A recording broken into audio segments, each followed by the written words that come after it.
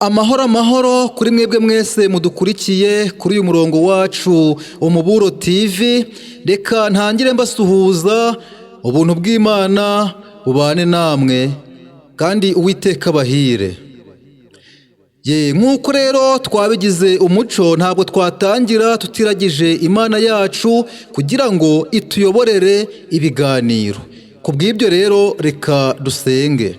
Uwiteka Mana yacu, mubyeyi mwiza, uhora utuzirikana ukatugirira imbabazi, ukatugirira impuhwe, habwa icyubahiro. Muri uyu mwanya tubanje Nyagasani kugusaba imbabazi z'ibya bitagenze neza mu mibereho yacu, ku bwa Yesu n'amaraso yatumeneye ngo tubabarire, utwakire nk'abana bawe. Ni kubw'ibyo rero tukweretse umwanya tugiye kumara hano muri iyi studio, kugira ngo Mwuka Wera abe ari we uyobora ibiganiro tugiye kugira, abane n'uyu mwana mutoya wiyemeje kuwukorera. Nyagasani amuyobore, kandi Mwuka Wera abane n'abagiye kudukurikira, maze twese uduhe umugisha wawe, dusoze amahoro, dushime izina ryawe. Reka ibyo wishimira bikomeze kubona natwe, mu izina rya Yesu Kristo umwami wacu, amena.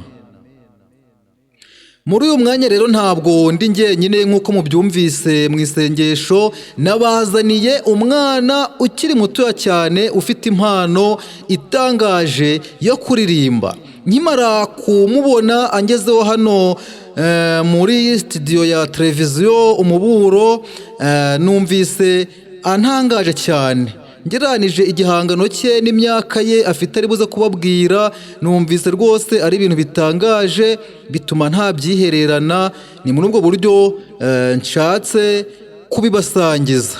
Ngiye kumuhamagara rero yegere mikoro, maze atangire avuga amazina ye, avuga n'aho yaturutse, maze ibindi biganiro biraza mu mwanya ukurikiyeho. Karibu mwana mutoya.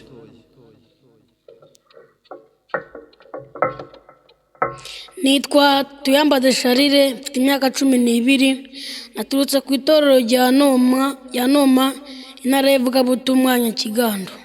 Mu buzima busanzwe ndi umuhanzi, nkunda kuririmbira Imana. Muramwumva rero, muriyumviye uburyo uyu mwana atangaje rwose. Ku myaka ye 12 akaba yaragize igitekerezo cyo gukorera Imana. Ubu rero ikigiye gukurikiraho ntabwo turajya mu byinshi, ahubwo tugiye kongera kumuhamagara aze kuri mikoro, maze icyo gihangano cye akiririmbe, maze namwe mwumve ubutumwa buri muri iyi ndirimbo. Murakoze cyane, Imana ibahe umugisha.